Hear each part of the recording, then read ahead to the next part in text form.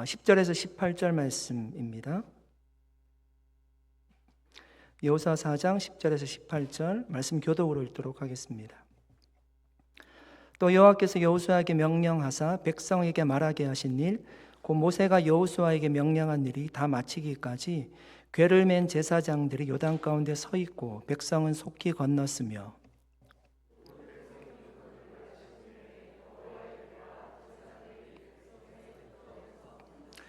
루벤 자손과 갓 자손과 므낫세 반 지파는 모세가 그들에게 이른 것 같이 무장하고 이스라엘 자손들보다 앞서 건너갔으니,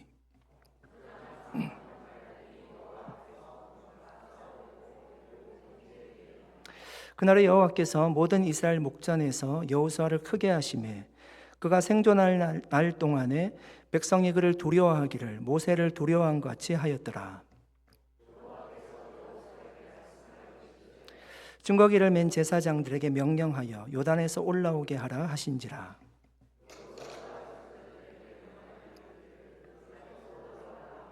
같이 읽겠습니다. 여호와의 언약궤를 맨 제사장들이 요단 가운데에서 나오며 그 발바닥으로 육지를 밟는 동시에 요단 물이 본 곳으로 도로 흘러서 정과 같이 언덕에 넘쳤더라. 아멘. 잠깐 기도하겠습니다.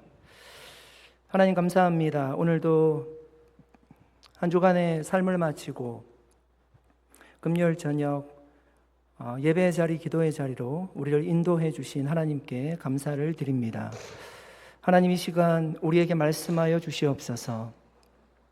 이 말씀이 우리의 영혼을 깨우는 말씀이 되게 하시고 우리의 영혼에 주님이 직접 말씀하여 주셔서 기도의 뜨거움을 가져오는 말씀이 되게 하시고 간절하게 기도할 때 하나님이 주시는 기도의 응답이 있도록 역사하여 주시옵소서. 한 분 한 분에게 그렇게 동일하게 다가가 주시기를 간절히 기도할 때 예수님의 이름으로 기도드립니다. 아멘. 오늘 본문은 요단강이 끊어진 이후에 다시 요단강 물이 흐를 때까지 제사장들이 어떤 역할을 했는지를 우리에게 알려주고 있습니다. 10절 말씀입니다. 또 여호와께서 여호수아에게 명령하사 백성에게 말하게 하신 일, 곧 모세가 여호수아에게 명령한 일이 다 마치기까지 궤를 맨 제사장들이 요단 가운데 서 있고 백성은 속히 건넜으며, 이스라엘 백성들이 요단을 건넌 사건은 여러분 하나님께서 주신 약속의 성취였습니다. 여호수아가 이스라엘 백성들을 마지막에 광야에서 인도했어요. 광야에 살아보니까 너무 힘들기 때문에, 아니면 광야에서 우리가 도저히 살 수 없기 때문에 요단강을 건너서 가나안 땅에 들어가자고 그가 결정한 것이 아니었습니다. 하나님이 아브라함에게 가나안 땅을 주시겠다라고 약속했습니다. 이후에 모세가 이제 하나님의 부름을 받을 때가 되어서 여호수아에게 부탁한 겁니다. 너는 이 백성들을 이끌고 가나안 땅으로 들어가라는 것입니다. 그래서 여호수아는 백성들을 이끌고 요단강을 건넌 것입니다. 요단강을 건널 때 제사장들이 가장 먼저 요단강에 발을 내딛었고 백성들이 다 건너기까지 제사장들은 요단강 중간에 서 있었습니다. 여러분 한번 이 상황을 한번 생각해 보십시오. 제사장들은 지금 요단강 한복판에 서 있습니다. 그때는 추수 때였어요. 그러니까 추수 때가 되면 헐몬산에 눈이 녹아내려서 요단강이 넘치던 때였다고 합니다. 그런데 제사장의 발이 요단강에 닿자 물이 끊어졌어요. 그래서 지금은 물이 끊어지고 거대한 장벽으로 쌓여져 있습니다.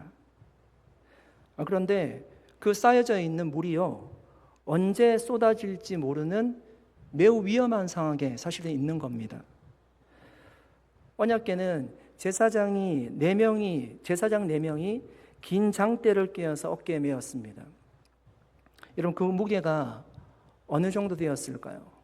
긴 장대를 꿰어서 앞에 2사람, 뒤에 2사람이 아마 그 언약궤를 들었을 거예요. 그 무게가 어느 정도 되었을까요? 언약궤는 조각목과 순금으로 만들어졌다고 합니다. 학자들에 의하면요, 그 무게가 70kg에서 100kg 정도 나갔다고 해요. 그러니까 네 사람이니까 적어도 한 사람이 감당해야 될 무게가 20kg에서 30kg 정도 되는 거예요. 그런데 제사장이 지금 어디에 서 있는가 하면 그냥 지금 제가 서 있는 것 같이 평평한 바닥에 서 있는 것이 아니에요. 강바닥에 서 있잖아요. 그 강바닥은 진흙바닥이에요. 그러니까 그냥 이렇게 똑바로 서 있을 수 있는 게 아니라 뒤뚱뒤뚱 하면서 서 있을 수밖에 없는 그런 구조였다는 겁니다. 그곳에서 약 200만 명의 백성이 그 요단강을 다 건너기까지 서 있는 거예요. 여러분, 200만 명 정도로 우리가 추산을 하게 되는데 그 200만 명의 백성이 요단강을 다 건너갈 때까지 시간이 어느 정도가 걸릴까요? 아마 한두 시간에 끝나지 않을 겁니다. 적어도 반나절 정도는 걸릴 거라고 예상하고 있습니다. 정말 고된 일이에요. 묵상을 해보고 더 깊이 생각을 해보면요, 굉장히 고된 일입니다. 사실 인간적으로 생각해 보면 얼마나 불편했겠습니까? 이 물이 쌓여 있는 장벽을 보고, 물벽을 보고요, 이게 언제 다시 나에게 덮칠지 모르는 두려움, 너무 힘든데 그 반나절 동안 어깨에 짐을 지고 있다는 것, 언약궤를 지고 있다는 것, 잠깐 교대해 줄 사람은 없을까? 내가 언제까지 서 있어야 되나? 마음속에 수많은 생각이 오갔을 거예요. 사람들이 막 지나가면서 어린아이도 있을 거고 노인들도 있었을 텐데 왜 빨리 지나가지 않을까? 다 지나가야지만 우리의 일이 맞춰질 텐데 많은 생각들이 있었을 것입니다. 그런데 거기를 지키고 있는 거예요. 왜 거기에 계속 서 있었을 밖에 없었을까요? 하나님이 명령하셨기 때문이에요. 그 명령이 끝날 때까지요, 다 참아내고 서 있는 거예요. 사랑하는 여러분, 믿음은 단지 앞으로 달려나가는 용기만이 아닙니다. 우리는 믿음을 행함이라고 생각할 때가 많잖아요. 그래서 뭔가 내가 뜨겁고 내가 믿음이 좋을 때는 뭔가 해야 될 것 같은 그런 생각들을 우리가 하게 돼요. 왜냐하면 야고보 선생이 믿음을 행함으로 나타내라고 했기 때문에 우리는 그렇게 믿음을 적용합니다. 맞는 말이죠. 그런데 사실은 이 말도 맞는 말이에요. 믿음은 오늘 본문을 보시면 그 자리에 멈춰 서 있는 것도 믿음이라는 거예요. 하나님의 말씀하시면 가고 싶어도 그냥 멈춰 서 있는 것이 믿음이라는 거예요. 여러분, 노아가 방주를 만듭니다. 적어도 아마 60년 이상은 만들었을 거예요. 믿음으로 만든 거죠. 사람들이 뭐라고 하던 날씨가 어떻든 상관없어요. 하나님이 노아에게 방주를 만들라고 하셨기 때문에 방주를 만드는 거예요. 그런데 홍수가 끝난 뒤에 방주 안에서 노아가 기다리는 것도요, 사실은 믿음이 필요했어요. 창문을 보면 물이 다 없어진 것 같거든요. 지금 당장 나와도 될 것 같거든요. 그런데 창세기 8장에 보시면 하나님께서 노아에게 방주에서 나오라고 할 때까지 노아가 기다렸다는 거예요. 거기에 서 있는 거예요. 내가 나가고 싶다고 나가는 것이 아니었습니다. 여러분, 사무엘 선지자가 사울에게 찾아가는 기사가 구약 성경에 나오죠. 사울은 사무엘을 기다려야 했습니다. 그런데 그냥 자신이 급하니까, 백성들이 막 떠나가니까 제사를 집내해 버렸습니다. 하나님 그 사건 때문에 사울을 왕 삼으신 것을 후회했다고 이야기를 합니다. 기다리는 것이요, 어려운 겁니다. 얼마나 답답해요. 기다림이 하나님 앞에서 믿음의 행동이라는 것입니다. 사랑하는 여러분, 우리의 기다림은 아무것도 하지 않는 시간이 아닙니다. 하나님이 말씀하셨으니까 하나님을 신뢰하니까 기다리는 거예요. 하나님이 침묵하시는 것 같아도, 아무 일도 일어나지 않는 것 같아도 하나님이 보이지 않는 곳에서 지금도 일하고 계심을 내가 믿는 거예요.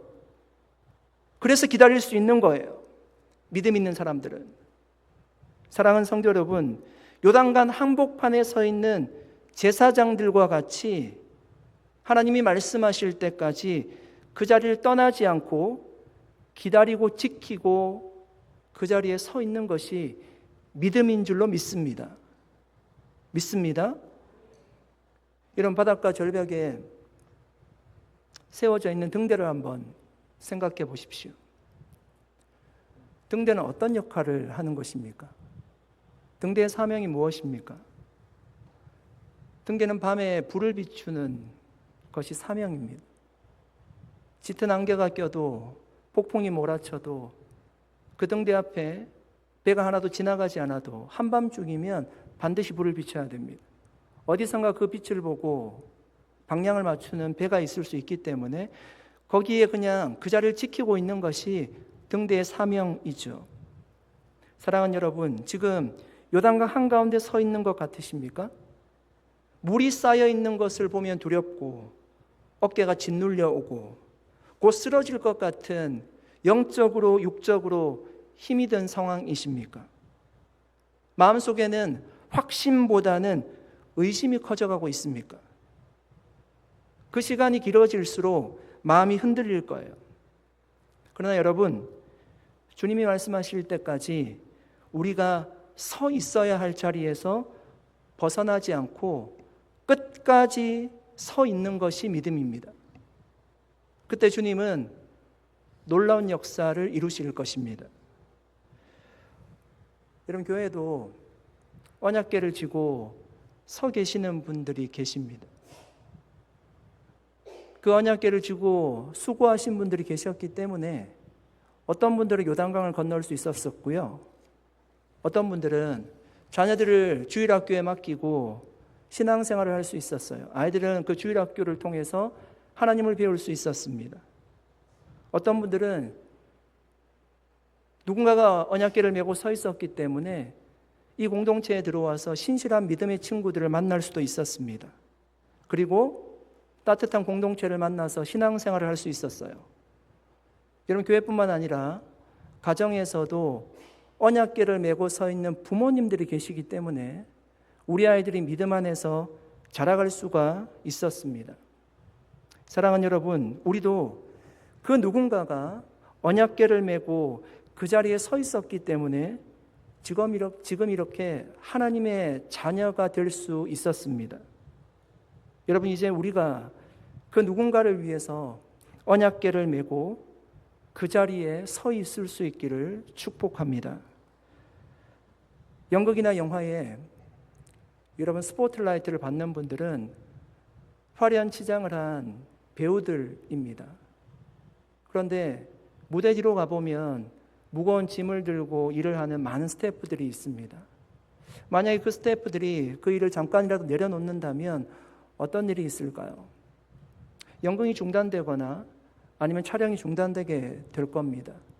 보이지 않는 곳에서 그 자리를 지키는 분들이 있었기에 화려한 스포트라이트를 받는 배우들이 있을 수 있는 것입니다. 여러분, 우리도 두렵고 무겁다고 그 자리를 떠나지 않았으면 좋겠습니다.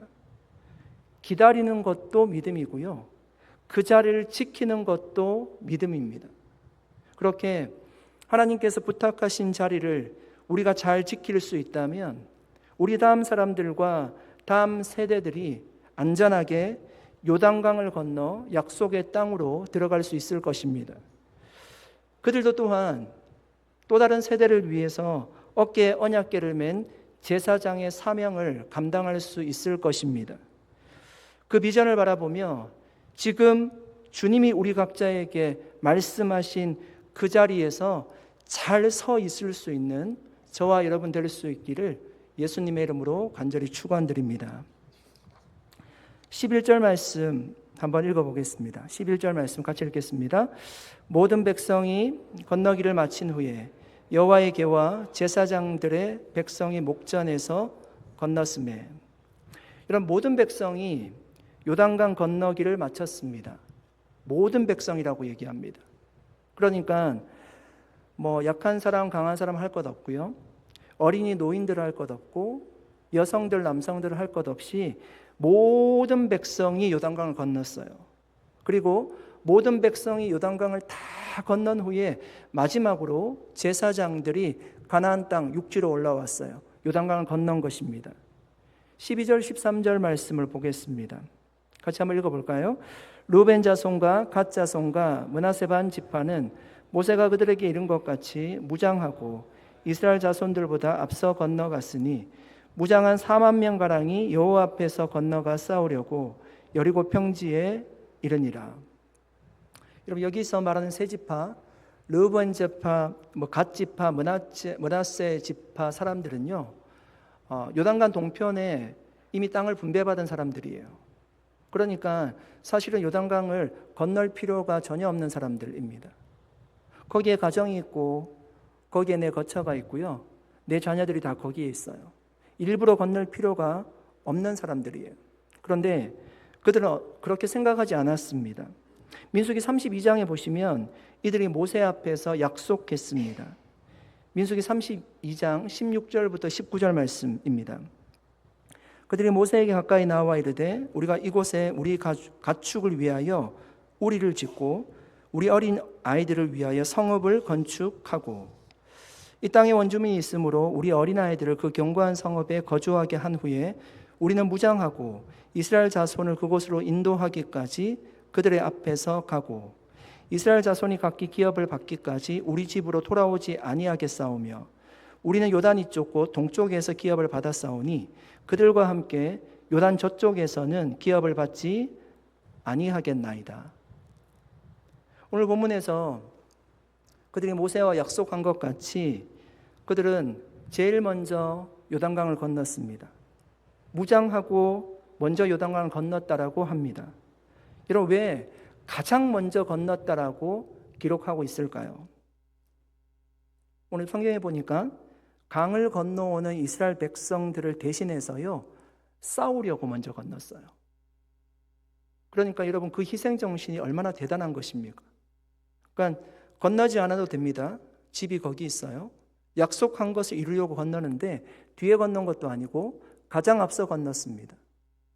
이들을 위해서 대신 싸우려고 요단강을 건넌 것입니다. 여러분, 바로 이것이 우리에게 무엇을 보여주고 있습니까? 공동체가 무엇인지, 그리고 이스라엘이란 그 공동체의 신앙이 무엇인지를 보여주고 있습니다.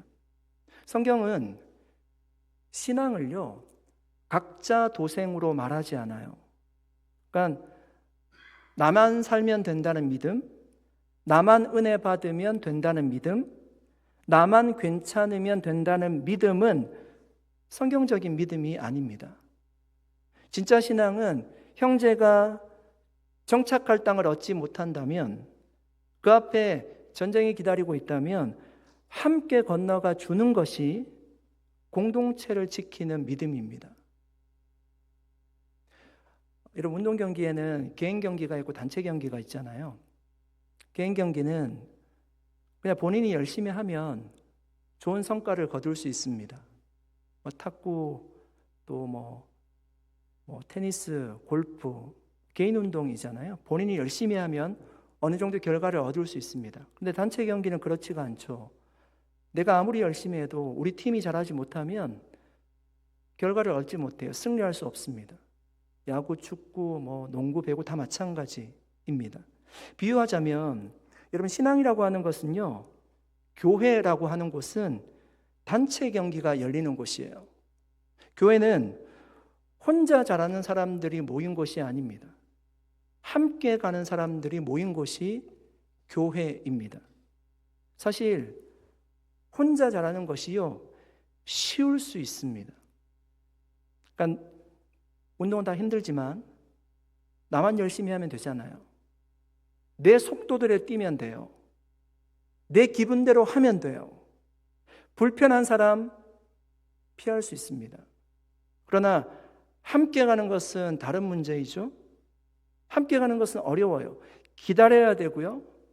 때로는 양보해야 되고요. 내 포지션이 아닌데도 내가 다른 곳에 뛰어야 할 때도 있습니다. 품어야 되고요. 이해를 해야 되고요. 때로는 내 것을 포기해야 됩니다. 그래서 공동체는 사랑 없이는 세워질 수 없어요. 희생 없이는 세워질 수 없습니다. 여러분, 예수님이 제자들을 파송하실 때 혼자 보내지 않으셨습니다. 두 사람씩 보내셨어요. 왜 그랬을까요? 넘어질 때 붙잡아줄 사람이 필요하잖아요. 낙심될 때 기도해 줄 사람이 필요해요. 흔들릴 때 옆에서 위로해 줄 사람이 필요하기 때문이에요. 마가복음 2장에 우리가 잘 아는 사건이 나오죠. 중풍병자를 4명의 친구가 예수님께 데리고 옵니다. 와보니까 그 집에 사람들이 가득 찼습니다. 문 앞까지 도저히 들어갈 수가 없습니다. 웬만한 사람이라면 거기까지 했으면 포기할 겁니다. 그런데 그 친구들은 지붕으로 올라가서요. 계단을 타고 지붕으로 올라가서 그 지붕을 뜯어내요. 그리고 예수님 머리 위로 병상을 내립니다. 그때 여러분 예수님이 아주 흥미로운 말씀을 하십니다. 뭐라고 말씀하시는가 하면 예수께서 그들의 믿음을 보시고 내 상을 가지고 걸어가라 하셨습니다. 여러분 중풍병자 한 사람의 믿음을 본 것이 아니라 그 내 친구의 믿음을 주님이 보셨다는 거예요. 사랑하는 여러분, 이 중풍병자 한 사람이 예수님 앞으로 나아갈 수 있었던 그 뒷면을 보십시오. 함께 했던 사람들이 있었어요. 내가 힘들어 기도하지 못할 때 옆에서 울며 기도해 준 사람이 있습니까? 내가 낙심해서 교회를 떠나고 싶을 때 붙잡아 준 사람이 있습니까? 내 믿음을 내려놓으려고 할 때 끝까지 포기하지 않은 사람이 있습니까? 사랑하는 여러분, 우리도 누군가에게 그런 사람이 되었으면 좋겠습니다. 요단강을 함께 건너주는 사람이 되었으면 좋겠습니다. 요단강을 내가 건널 필요가 없지만 길을 개척하며 건너주는 사람이 되었으면 좋겠습니다. 달리기를 할 때 잘 뛰는 사람과 함께 뛰면 운동의 효과가 굉장히 좋습니다. 사실 잘 뛰시는 분들은 더 빨리 달릴 수도 있어요. 그래야지만 본인에게는 운동 효과가 더 있을 것입니다. 그런데 옆에서 적당히 속도를 맞추어서 띄워줍니다. 같이 뛰는 사람이 조금 느리면 약간 빨리 가면서 리딩을 해줍니다. 그가 잘 뛸 수 있도록 페이스메이커 역할을 해주는 겁니다. 여러분, 하나님은 우리에게 교회에서 그런 페이스메이커 역할을 하라고 말씀하시는 거예요.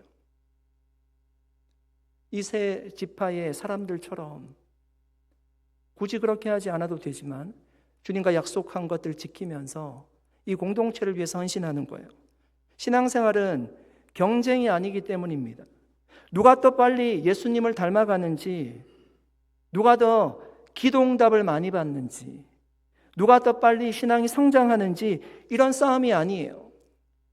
신앙생활은 반드시 공동체적이어야만 합니다.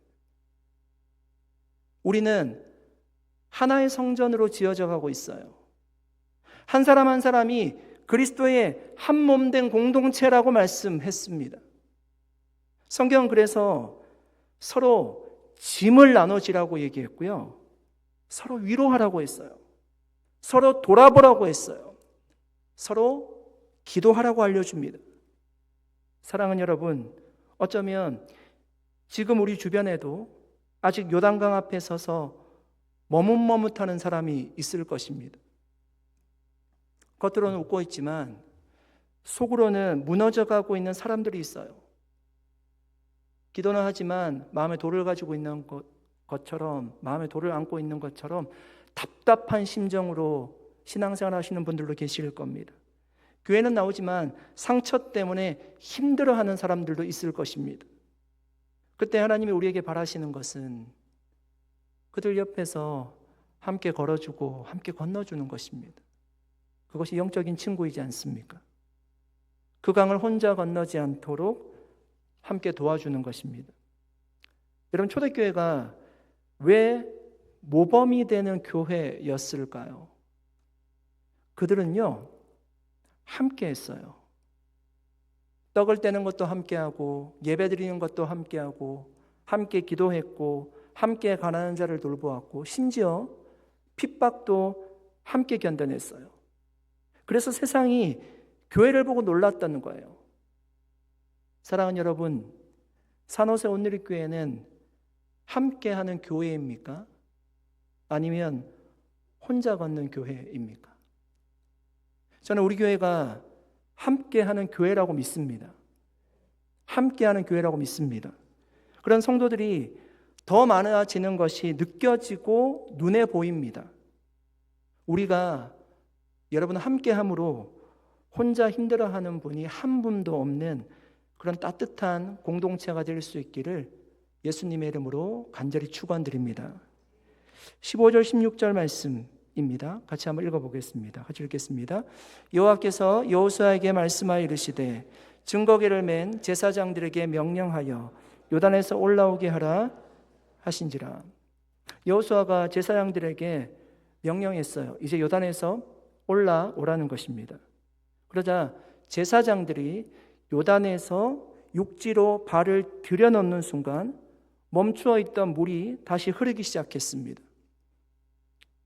여러분, 물이 끊어질 때 가장 먼저 들어갔던 것이 제사장들이에요. 그런데 나올 때를 보니까 가장 늦게 나오는 사람들이 제사장들이에요. 이것이 리더의 사명이지 않을까요? 가장 앞서가고 가장 어려운 순간에는 가장 끝까지 책임지는 것. 17절 18절 말씀에 이렇게 얘기합니다. 여호수아가 제사장들에게 명령하여 이르기를 요단에서 올라오라 하매 여호와의 언약궤를 맨 제사장들이 요단 가운데에서 나오매 그 발바닥으로 육지를 밟는 동시에 요단물이 본 곳으로 도로 흘러서 정과 같이 언덕에 넘쳤더라. 동시에라는 말을 하고 있어요. 여러분, 하나님은 제사장들을요 요단 한가운데 계속 머물도록 하지 않았다는 거예요. 여러분, 요단 한가운데가 어떤 곳인가 하면 기적의 현장이에요. 문이 끊어졌던 은혜의 현장입니다. 그런데 하나님이 거기에 제사장들을 계속 머물게 하지 않으시고요, 그들을 보고 가나안 땅으로 이제 들어가라고, 마지막에 들어가라고 말씀하셨습니다. 왜 그랬을까요?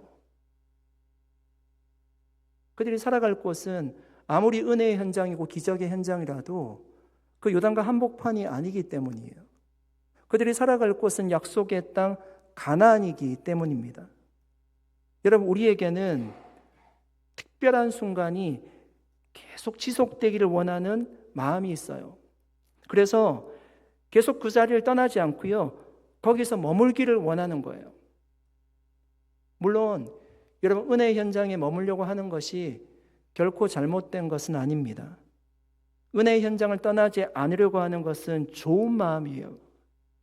그러나 여러분, 하나님은 우리를 그 은혜의 현장에만 머물게 하지 않으십니다. 다시 우리를 삶의 현장으로 보내십니다. 왜 그렇게 하실까요? 은혜를 경험했다면 그 은혜를 가지고 결국은 살아가야 하기 때문입니다. 여러분, 요단강은 건너기까지는요 때로 무서워 보이기도 하고 물이 끊어지고 난 이후에는 기적의 장소였습니다. 그러나 건너고 난 후에는 어떻게 되었습니까? 모든 사람들이 다 건너고 난 후에는 쌓여있던 물이 다시금 흘렀어요. 다시 평범한 강이 되었다는 거예요. 그냥 평상시에 보았던 그 강이 되었다는 거예요. 제사장들의 발이 육지를 밟는 동시에 물이 다시 예전과 같이 흘렀습니다. 여러분, 이것은 무엇을 보여주는 걸까요? 은혜 현장에 계속 있을 수 없다는 거예요. 결국 일상으로 돌아가야 된다는 거예요. 이스라엘은 여러분, 요단강 그 한복판에 집을 짓고 사는 것이 아니라 가나안 땅에 집을 짓고 살아야 됩니다. 거기에서 앞으로 치열한 전쟁이 있을 거지만 살아갈 곳은 거기예요. 거기에서 양도 키우고 거기에서 농사도 하고 거기에서 자녀도 길러야 돼요. 거기가 삶의 현장이에요. 예수님께서 변화산에서 기도하실 때 굉장히 영광스러운 모습으로 변했습니다. 엘리야와 모세와 함께 대화를 나누시죠. 그 모습을 베드로가 보고 엄청나게 감격하지 않습니까? 그래서 얘기합니다. 주님, 여기가 좋사오니 초막셋을 짓되 하나는 주를 위하여, 하나는 모세를 위하여, 하나는 엘리야를 위해서 짓겠습니다. 무슨 얘기예요? 그 은혜의 현장에 계속 머물기를 원하는 마음이겠죠. 여러분, 우리도 그렇지 않습니까? 은혜 받을 때는 그 자리에 계속 있고 싶어져요. 수련회 때, 부흥회 때, 예배의 시간에, 기도의 은혜 받을 때 그 시간이 끝나지 않았으면 좋겠다는 마음이 우리 가운데 있습니다. 그런데 예수님은 뭐라고 말씀하십니까? 산 아래로 내려가자고 하십니다. 왜 내려가야 될까요? 그 산 아래는 문제를 안고 살아가는 사람들이 기다리고 있습니다. 내려가면 그 사람들 만날 수 있을 거예요. 삶의 현장은 산 위가 아니라 산 아래이기 때문입니다.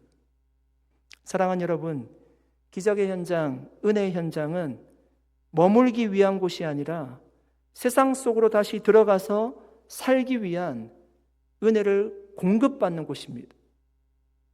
여러분, 어떤 분들은 그래도 산에만 머물기를 원할 거예요. 요단강 안에만 서 있기를 원하는 분도 있을 거예요. 그 영광스러운 기적의 현장 가운데 계속 있기를 원하는 거예요. 왜냐하면 현실로 돌아가면 너무 힘들기 때문에. 가정에는 해결되지 않는 문제들이 쌓여 있고, 직장에는 스트레스가 있고, 관계는 상처가 있습니다. 삶에는 여전히 싸워야 할 다양한 문제가 있어요. 그러나 여러분, 그렇다고 요단강 안에만 서 있을 수 없어요. 요단강의 기적은 그 현실을 피하기 위한 기적이 아니었습니다. 그 불가능한 현실 속에서도 주님이 함께 하신다는 것을 보여주기 위한 기적이었어요. 물이 엄청나게 흐르고 있지만 그곳에서도 하나님이 그 물을 끊으시고 이스라엘 백성들을 건너게 하신 그 엄청난 상황 속에서도 역사하시는 하나님이 계심을 보여주기 위한 기적이었습니다. 사랑하는 여러분, 하나님은 우리를 현실 밖으로 데려가지 않으십니다. 오히려 현실 속에서 더 믿음으로 살게 하십니다. 그것을 위해서요, 요단강의 기적을 경험하게 하신 것입니다. 시베리아나 알래스카의 겨울철에 이 강이 두껍게 얼면 이게 아이스로드라고 하더라고요. 그러면 이제 그 위로 차량들이 다닙니다. 그런데 봄철이 되면 그 얼음이 녹기 시작해요. 온도가 올라가면 이제 얼음이 균열이 가기 시작합니다. 그때는 차량을 타고 그곳을 지나가면 잘못하면 큰일 나죠. 그 아이스로드는 영원한 도로가 아니라 잠깐 이용할 수 있는 도로입니다. 은혜의 현장, 기적의 현장도 그렇습니다.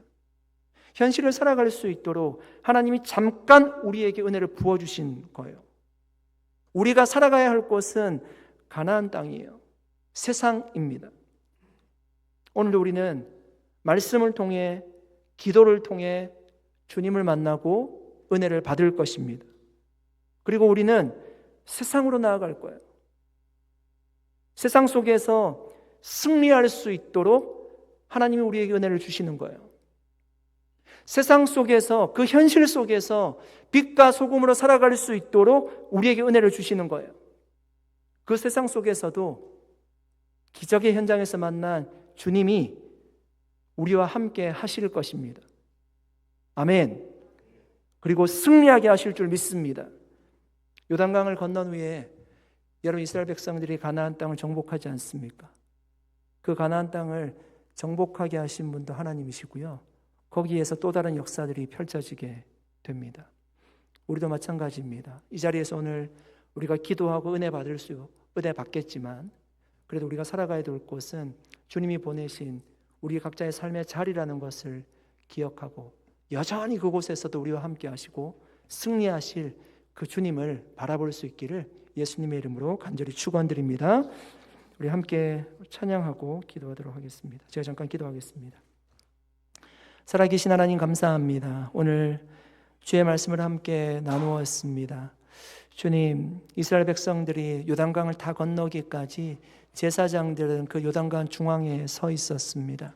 서 있는 것이 힘들었고 넘어질 것 같았고 두려웠지만 그 자리를 지켰습니다. 하나님이 말씀하셨기 때문입니다. 하나님, 우리 또한 하나님이 말씀하신 그 자리를 잘 지킬 수 있도록 주님 도와주셔서 하나님 아버지, 누군가에게는 요단강을 건너게 하는 통로의 역할을 하는 저희 모두가 되게 해 주시옵소서. 하나님 아버지, 요단 동편에 땅을 분배받았던 세 지파의 사람들은 가장 먼저 요단강을 건너서 따라오는 이스라엘 백성들이 두려워하지 않도록 먼저 전쟁에 앞서 나아갔습니다. 하나님, 우리도 그 누군가에게 친구가 되어주고 함께 걸어주는 믿음의 동력자로서 산호서 온누리교회가 정말 마음을 나누는 따뜻한 공동체가 되어질 수 있도록 역사하여 주시옵소서. 하나님 아버지, 하나님께서 우리를 부르신 그 자리가 있음을 믿습니다. 아무리 은혜의 현장, 기적의 현장이 좋을지라도 결국은 강은 건너야 되고 가나안 땅으로 들어가야 했습니다. 하나님, 우리 또한 다시금 세상 속으로 나아가야 될 터인데 거기가 우리가 살아갈 삶의 현장인 줄 우리가 믿사오니 하나님, 은혜 받은 그 자리에서 주신 마음을 가지고 다시금 삶의 현장으로 돌아가서 우리가 승리하는 믿음의 삶을 살아갈 수 있도록, 하나님과 동행하는 그리스도의 삶을 보여줄 수 있도록 우리와 함께하여 주시옵소서. 감사드리옵고 예수님의 이름으로 기도드리옵나이다. 아멘. 우리 함께 찬양하고 기도하겠습니다.